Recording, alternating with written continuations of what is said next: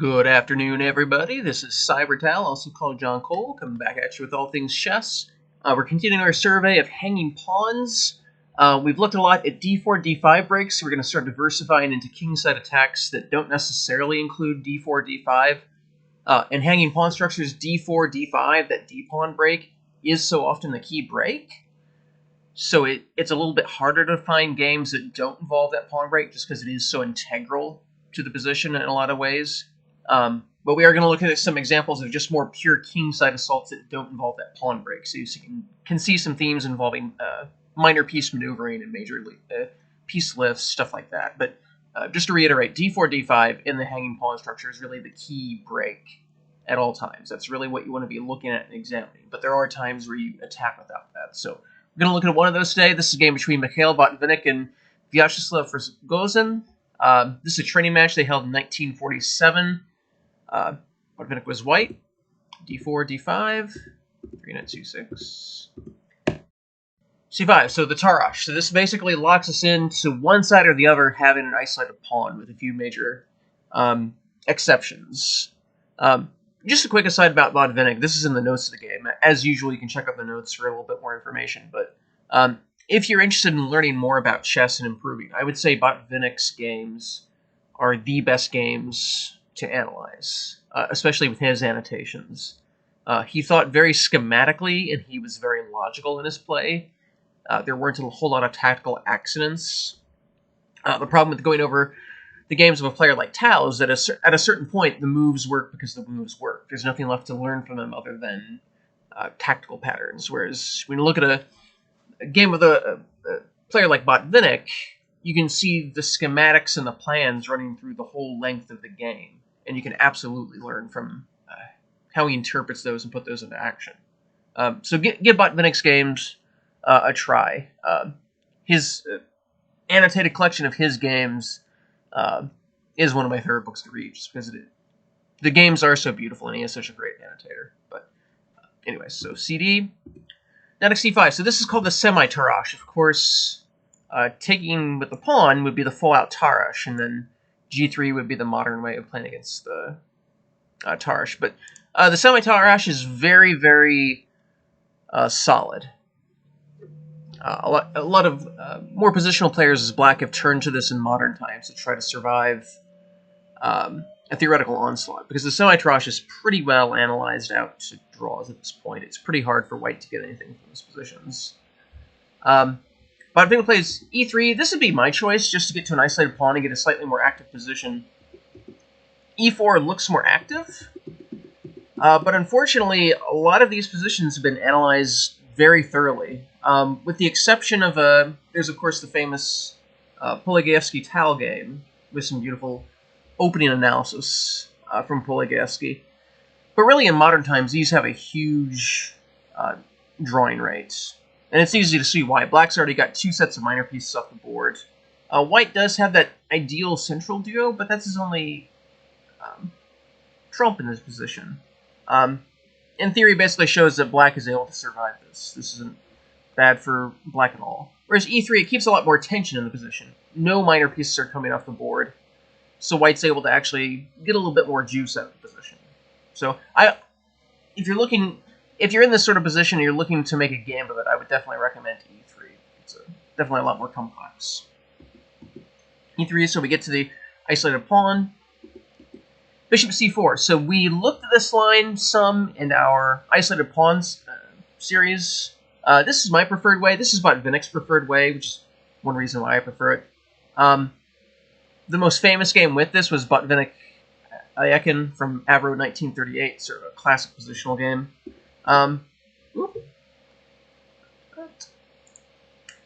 Just an aside, bishop d3. This is another popular move. It's actually, in my database, it's a little bit more popular than bishop c4. It's perfectly fine. The reason why I prefer bishop c4 is it immediately puts more pressure on the d5 outpost. That is always the key square in these isolated pawn positions. So being able to put more pressure on that square immediately, in my opinion, personally, gives white a little bit more control over the position. But that said, bishop d3 is perfectly fine. It puts the bishop on its thematic diagonal. So it can't be bad, but I personally prefer bishop c4. bishop e7, rook e1. So this is sort of a tabia for this entire variation. Just to review the theory, the most popular move here is knight f6. I really don't like this at all. It's moving the piece for a third time. It's retreating it back to its original square. Typically, control of the square in front of the isolated pawn is incredibly important, so retreating a piece from that square is very risky. In some position, this makes the d4, d5 break for white possible, and it makes it very advantageous for whites. Very strong players have played knight f6, but I just don't agree with it. I just think it's a poor move. Bishop f6 is the modern main line here. To me, it makes a lot more sense. Black immediately improves this bishop. He points it towards the isolated pawn to try to get counterplay, and he opens up the e7 square so he can play knight at c to e7 to support that key piece on d5. That would be my personal preference if I played this line as a black. Rogozin played knight x3. And in my opinion, this is a very good example of a time when you wouldn't want to transition to an isolated or to a hanging pawn structure. The criteria for when you want to transition to a hanging pawn structure is if you can control the c4 square immediately to prevent that c-pawn from advancing. That's often a reason to transition to hanging pawns. Here, that's not possible. The knight can go to a5, but then the bishop would just drop back, and white can immediately achieve that c4 push. If, say, there already a rook on c8, that would make knight c3 a little bit more attractive, because then he could immediately reinforce his control of the c4 square. But here that's just not happening. Black can't adequately control the c4 square immediately, so he can't prevent c4 from happening. You might transition to hanging pawns if you can immediately get pressure on the hanging pawns. Here that's not the case either. Black doesn't have his minor or major pieces mobilized to generate pressure against the hanging pawns. So in this position, transitioning to these hanging pawns, in my opinion, it's only just improving white's structure. It's giving support to white's d-pawn, so he doesn't have to worry about that as a weakness anymore. And it's opening up more possibilities for this dark square bishop. Before this, there was really no square for this dark square bishop to move to. I could go to d2, but that's not terribly useful. Now in these hanging pawn structures, white can play bishop d3, and then put this bishop on b2, and once he plays c4, that bishop has an absolutely gorgeous diagonal. So the two criteria for when to transition to hanging pawns are you can immediately control the square in front of the c-pawn, or immediately generate pressure against the hanging pawns themselves. Failing either of those conditions, you should really question whether you want to be transitioning to hanging pawns, because the hanging pawns do tend to offer a lot more dynamic possibilities for the side with that pawn structure. So here, I think this is a strategic mistake from Rogozin. And the evidence sort of backs up this opinion. White has a terrific score from this, and the engine thinks this is better for white. So I certainly wouldn't play this as black. b6, we see so often in these positions that b6 is very dangerous because it robs black of stability. It makes d5 a little bit more dangerous in these positions, or queen e4 can come with tempo sometime, hit the knight on c6. I think bishop f6 is better here. You're immediately preparing to fill a fianchetto once you play g6, and you're aiming at those hanging pawns, so it makes c4 a little bit tougher to achieve. So b6, in my opinion, is just a bit too passive. Bishop d3, just a quick note, d5. You always want to be looking at this move, but here it doesn't work, because that a5. But bishop d3 puts the bishop on that natural diagonal. In these positions, just like an isolated pawn, you want that bishop on that b1 to h7 diagonal to try to encourage g6. And then figure out what to do with that bishop after g6 has been provoked. Queen c2. So this is a completely natural move, but I don't think it's the best. It encourages g6, but black is likely to play g6 anyways at some points. Probably the best move, in my opinion, is h4. Both the engine and modern theory agree with this opinion. And this is exactly how you want to be playing these hanging pawn structures. You want to play it aggressively. Here, there's actually no reason to be thinking about playing c4, because it doesn't really achieve anything. d5 is a long ways away, but the fact that this pawn is in c3 makes this d4 pawn incredibly stable. White doesn't have to worry about black's counterplay, so white has time to develop a kingside attack So h4 makes perfect sense from white. Rook c8 is probably the best move. Bishop x h4 is very, very dubious. This is... It's sort of asking white to prove it, but this is incredibly dangerous. White has the bishop pair. He's lifting his rook into the battle immediately. The queen's already ready to hop to the king side. So basically, white's going to have 4 attacking pieces against the black king side to basically no defenders. All of these queen side pieces are completely locked away from a fight. The weakening g6 is more or less forced. On queen e7, again, always be looking to the d4, d5 move. And here, this is pretty much decisive for white. The bishop's going to come to d2 to rake down the long diagonal. Rook g3 will come. This is completely over. Queen f6, white wins more directly. This is the Greek sacrifice, and here it's decisive. The reason why it didn't work on queen e7. You should always check your analysis first, because these little details make everything. I think f6 here would be best. Yeah, and then that gives the black king the hidey hole to escape. So no longer decisive. But on queen f6, f6 isn't available to make a hidey hole for the king. So here, that's completely decisive. So taking an h4 is incredibly dubious. But even after rook c8, this is very... If white can play this h4 move consequence-free, it's just another free attacking piece. Knight g5 hops the knight in where it belongs. H6 is probably best if bishop takes c4. This is just a free edge for white. He's got the bishop pair. He can play d5 next move and open up the position for the bishop pair. He's got a nice attacking position against the black king side. This is much better for white. But on h6, queen h5, the knight's completely taboo. Just a review. And that would be checkmate. So the knight's completely invulnerable, but on knight a5, white just continues to mobilize. In just one example line that I gave, rook x c3, this is a long tactical line. And there are some positions where the 2 pieces will outbalance the rook. Here, the rook is absolutely crushing the 2 minors, because the 2 minors are this bishop on b7, this knight on a5. They're completely sealed away from the action. So white has a localized superiority in material. Plus, he's not even down material. He's got the strong d pawn as well. So just one example line that I give in the analysis. And this is crushing. So long and short of it, I think this sort of is proof positive that knight x c3 earlier is just a bad opening line. h4 here is very direct and very aggressive.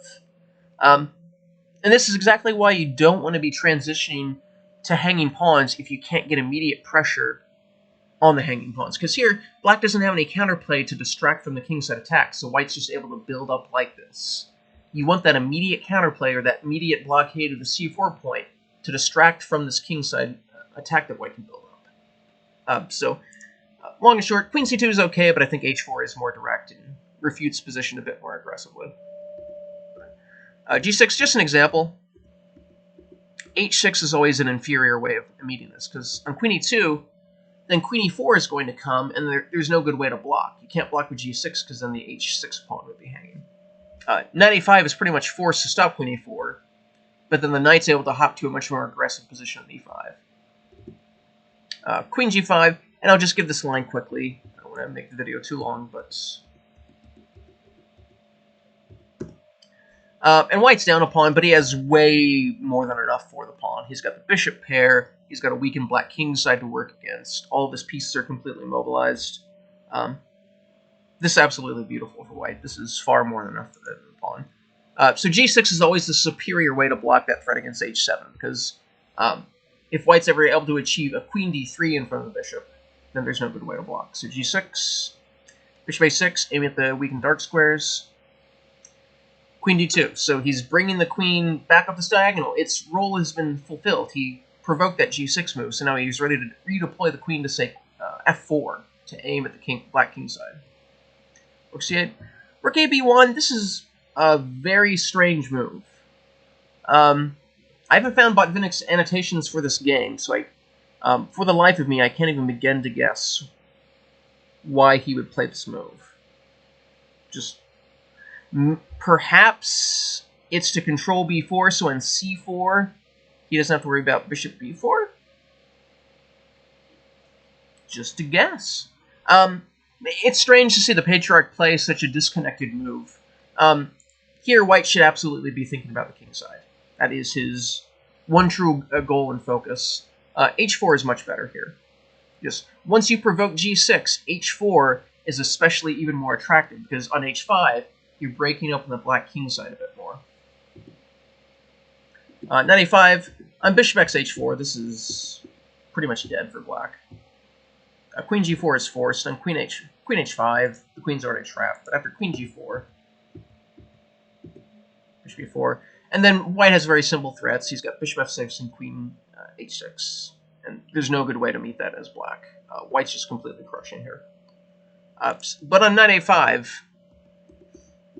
c6, rook a1, and this is nice for white. White has a completely mobilized position. These hanging pawns aren't weaknesses as such. And white can always think about d4, d5 to open the position up. In fact, bishop x h4 is a mistake because of d5. Because then if on takes, then the bishop on h4 hangs. If you don't want to get into this madness, instead of h4, rook a d1 is fine here as well. I personally would play h4 because it's more in the spirit of these hanging pawns positions. But this move is fine as well. Either way, white's at least slightly better here. But rook a b1, bishop f6, white's still a little bit better here. It's just this rook on b1 just isn't doing a whole lot of stuff. It's hard to find an explanation for this move. h4. This is a clear error, and this is poorly timed. The bishop moving to f6 had another point to it, which we'll see here in a bit. Better was queen f4. You redeploy the queen. Once you play queen c2 to provoke g6, then the queen really wants to come to the kingside somehow to aim at these weakened dark squares. One potential line. And a lot of times you don't want to go to an ending with hanging pawns, but here I do think white is slightly better. He's got a good grip on the dark squares, and his knight's ready to go to that internal weakness on d6. This is a nice position for white. h4 is it's in the spirit of the position, so it's not necessarily bad from a strategic point of view, but here it fails tactically. Queen d6 just doesn't meet it properly. Knight e7.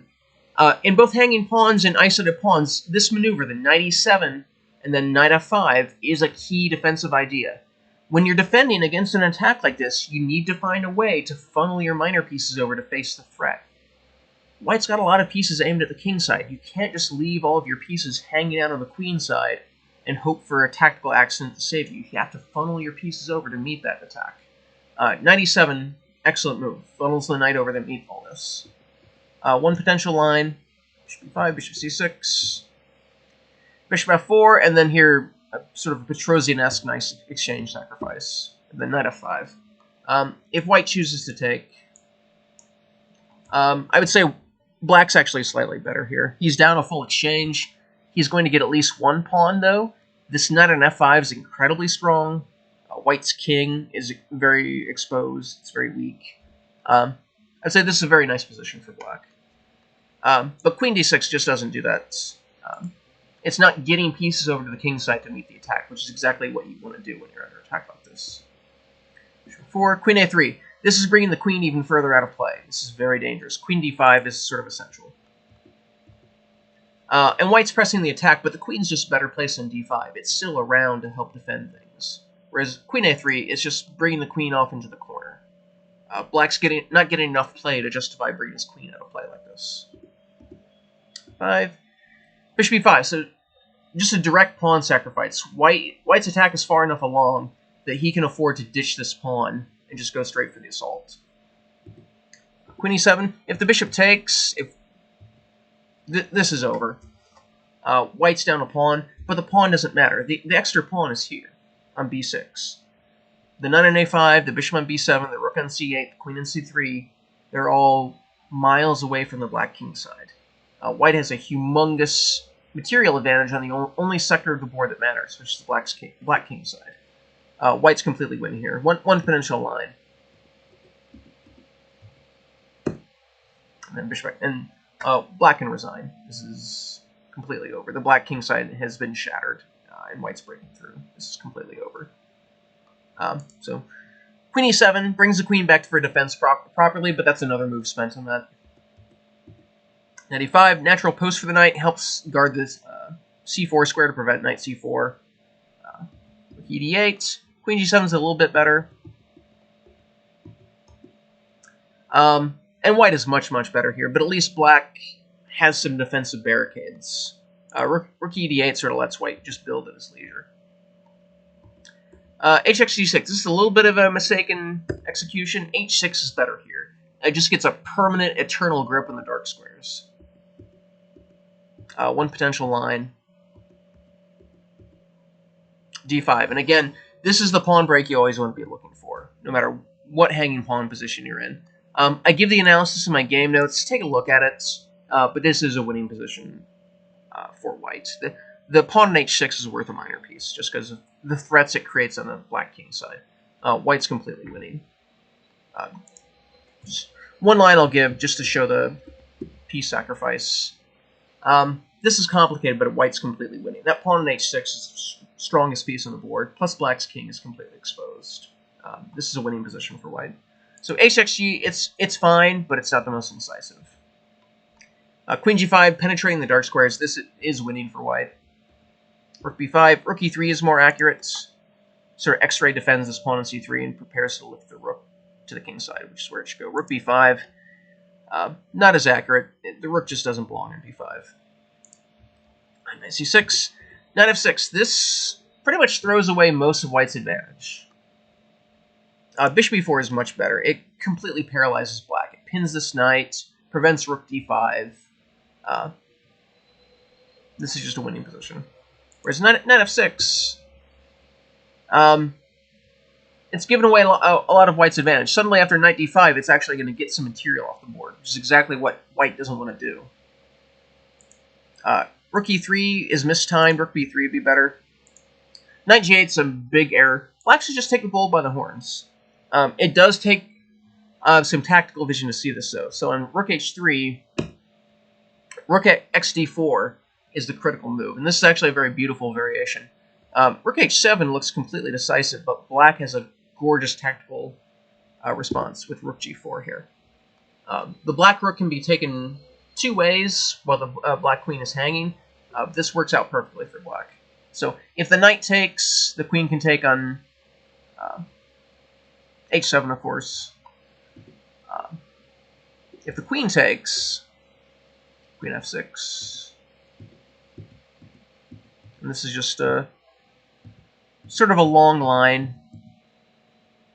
But this is completely balanced. Black has two pieces for the rook. The black king is a little bit exposed, but black's position is completely solid. The critical try is knight d7. I'll just give this line quickly because it's not related to our hanging pawn structure study. Here, black is down the exchange, but he's got a pawn for the exchange, plus all of his pieces are completely stable. The knight can go to f5, and that's a very nice outpost for it.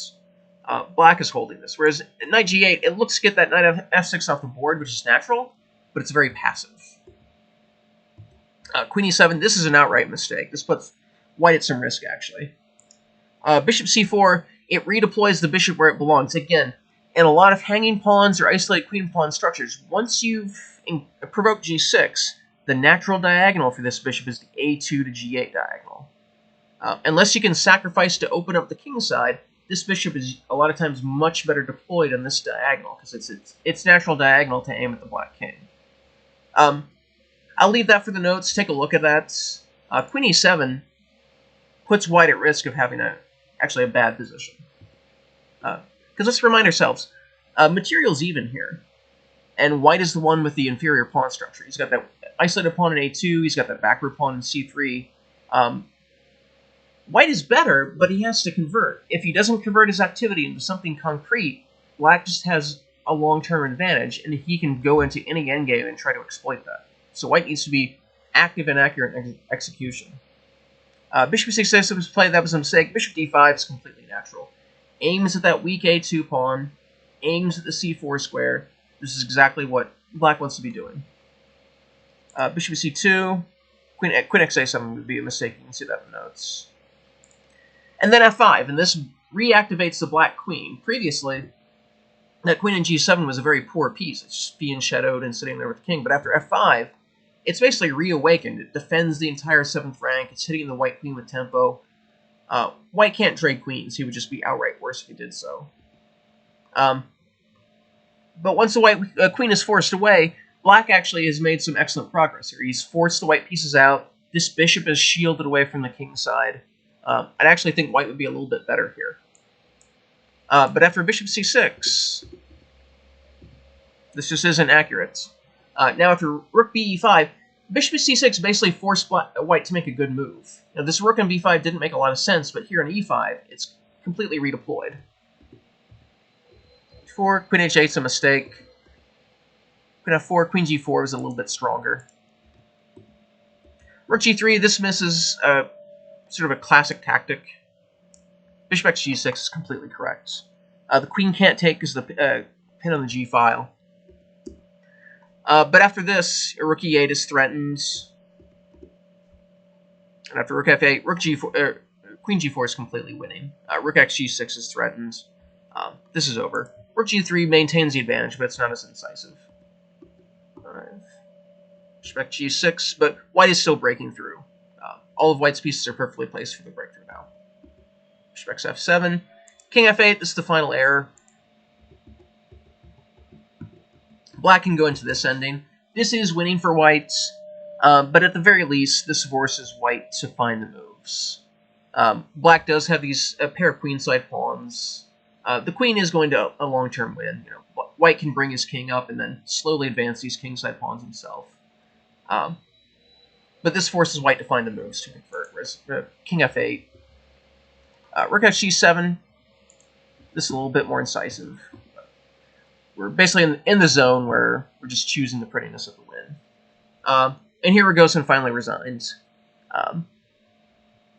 White's just going to pick up more material. He's got 2 connected pawns on the king's side. There's no pawn stability for this bishop. So this is a pretty easy technical win for whites. So sort of an up and down game towards the end. I would guess the unevenness that we saw towards the end. Again, this was back in the day when the time control was at move 40. So a lot of times the last 10 moves or so, at least of the game in these old-fashioned games, could get a little bit dicey just because one of the sides might have been low on time. So I would guess that would be the case in this situation. But the key to this game was much earlier, and I would say right out of the opening.